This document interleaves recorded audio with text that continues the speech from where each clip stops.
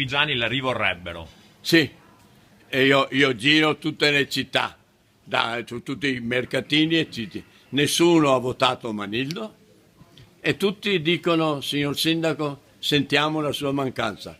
Vorremmo che lei tornasse. Ma dico, ragazzi, guardate la mia veneranda età. Ma signor Sindaco, trovi uno a sua immagine e somiglianza, ma non sono Dio.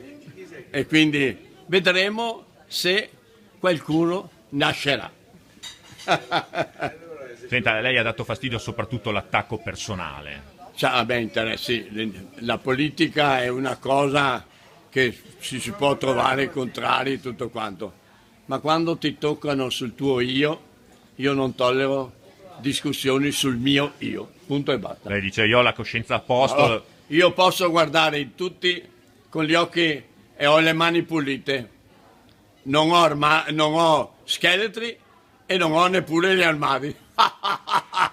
Lei parlava del partito quando ha No, detto poltronificio. parlo del partito, ma non parlo mai delle persone. Basta.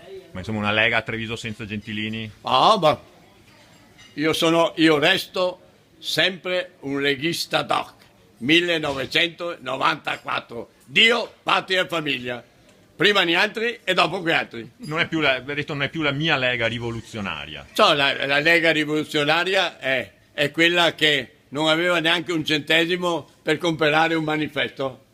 E abbiamo vinto perché abbiamo dato la carica vitale del movimento leghista. Evviva la Lega! Evviva la Lega! L'ha sentito il segretario Coini? No, non frega niente a me. No, basta facciano. Io sono un po' fuori ormai, ragazzi. Dice, altri tempi. Però anche Salvini, insomma, ha detto attenzione a Io non trattare così entro nel Gentilini. merito dei giudizi degli altri. Io guardo sempre me stesso. Basta.